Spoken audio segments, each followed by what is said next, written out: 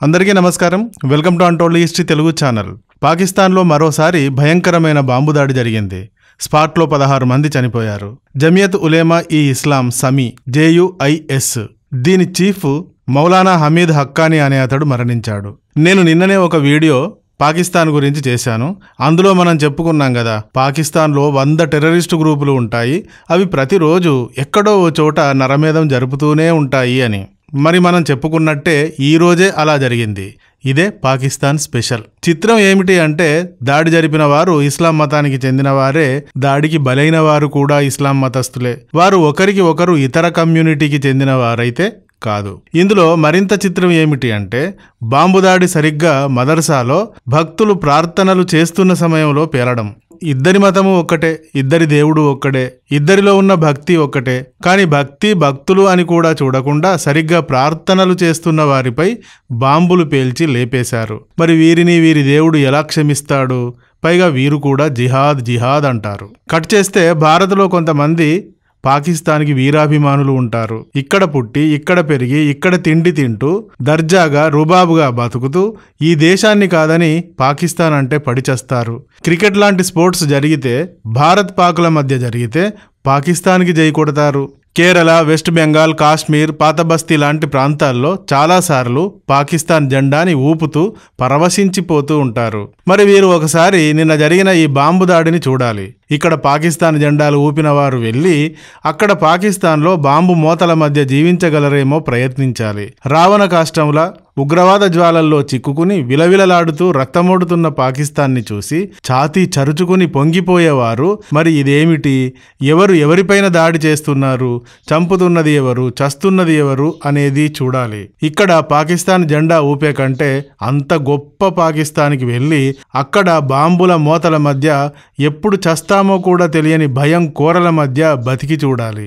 అప్పుడు గాని తెలుస్తుంది భారత్ ఎంత భద్రమైన, ఎంత అందమైన, ఎంత అద్భుతమైన, ఎంత శాంతియుతమైన దేశమో అనేది. కట్ చేస్తే పాకిస్తాన్ సీన్.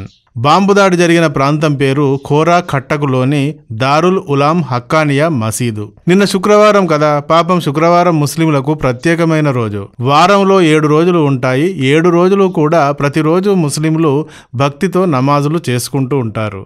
అయితే అన్నింటిలోకి శుక్రవారం చాలా ప్రత్యేకమైన రోజు. ఎందుకు శుక్రవారం ప్రధానమైంది అంటే అందుకు వీరు 32 రకాల కారణాలు చెప్తారు. అల్లా ఆదామును సృష్టించిన రోజు అని, జన్నా నుండి బహిష్కరించబడిన రోజు అని, కియామత్ అంటే ప్రళయపు రోజు అని, ఇలా చాలా కారణాలు చెప్తూ ఉంటారు. ఇలాంటి శుక్రవారం పవిత్రమైన రోజు అని తెలిసి ఉగ్రవాదులు ఈ రోజునే టార్గెట్ చేశారు. ఉగ్రవాదులు కూడా మతాన్ని నమ్మేవారే, భక్తి గురించి కట్టర్ ఛాందసవాదులే. కానీ వీరు శుక్రవారమే ఇలా టార్గెట్ చేస్తూ ఉంటారు.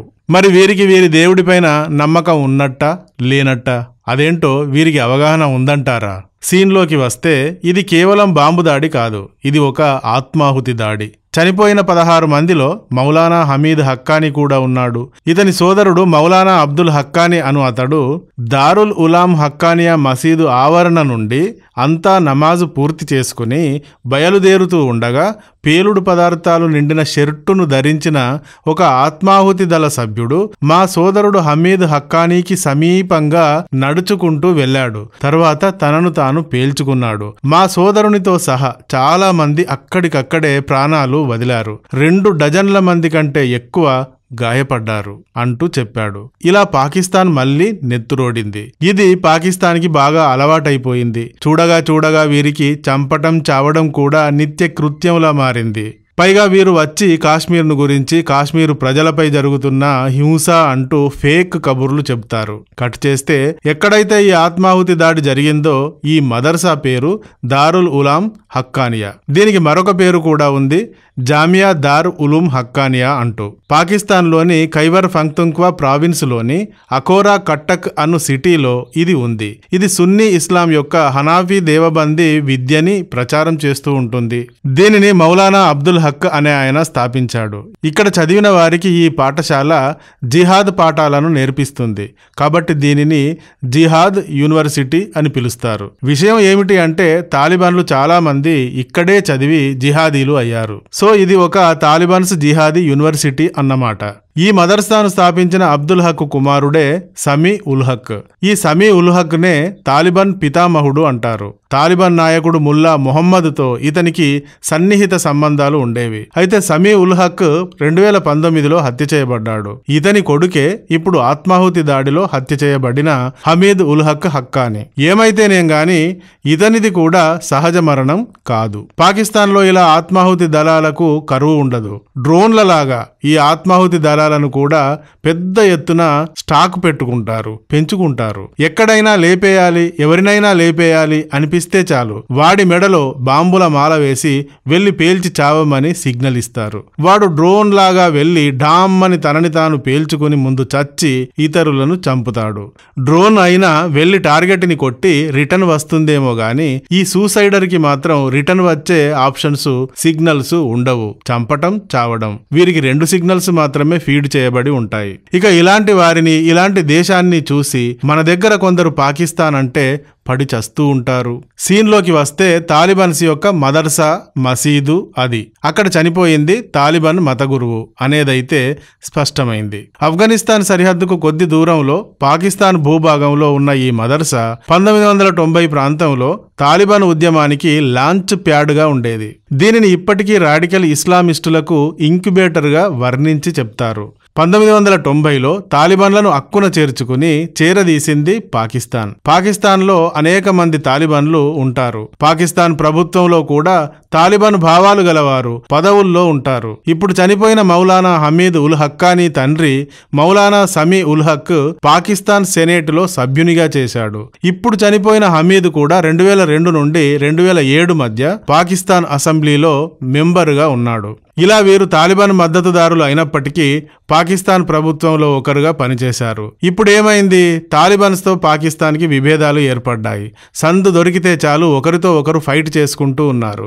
మరి ఇప్పుడు ఒక ఆత్మాహుతి దళ సభ్యుడు వచ్చి ఈ తాలిబాన్ మద్దతుదారుడు హమీద్ని లేపేశాడు. అతడితో పాటు పాపం చాలా మంది చనిపోయారు. అయితే దీనికి కారణం ఎవరు అనేది మాత్రం ప్రస్తుతానికి ఎలాంటి ప్రకటన వెలువడలేదు. ఇలాంటి బాంబు దాడులు జరిగిన వెంటనే ఎవరికీ ఏ ఇబ్బంది లేకుండా, ఎవరూ ఏ ఎంక్వైరీ చేయకుండా, ఎవరికి ఏ రిస్క్ ఇవ్వకుండా ఈ దాడి చేసింది మేమే అంటూ ఏదో ఒక పాకిస్తాన్ టెర్రరిస్టు గ్రూపు తానే స్వయంగా ప్రకటించుకుంటూ ఉంటుంది. కానీ మరి ఇప్పటి వరకైతే ఇలా ఈ దాడికి సంబంధించి మేమే అంటూ ఎవరూ ఏ ప్రకటన వెలువరించలేదు. మరి ఏ ఉగ్రవాద సంస్థ, బలూచ్ వేర్పాటువాదుల లేక తాలిబాన్ ఇతర వ్యతిరేక గ్రూపుల ఈ విధంగా చేసింది అనేది స్పష్టంగా తెలియదు. పాకిస్తాన్ ఆర్మీ మద్దతు ఉన్న గ్రూపులు చాలా ఉన్నాయి. Pakistan people's defence force, Ansar ul Islam, Al Zahra brigade అని కొన్ని ఆర్మీ మద్దతు ఇచ్చే తీవ్రవాద గ్రూపులే ఉన్నాయి. పోతే ISIS-K గ్రూపు కూడా తాలిబాన్లకు శత్రువే.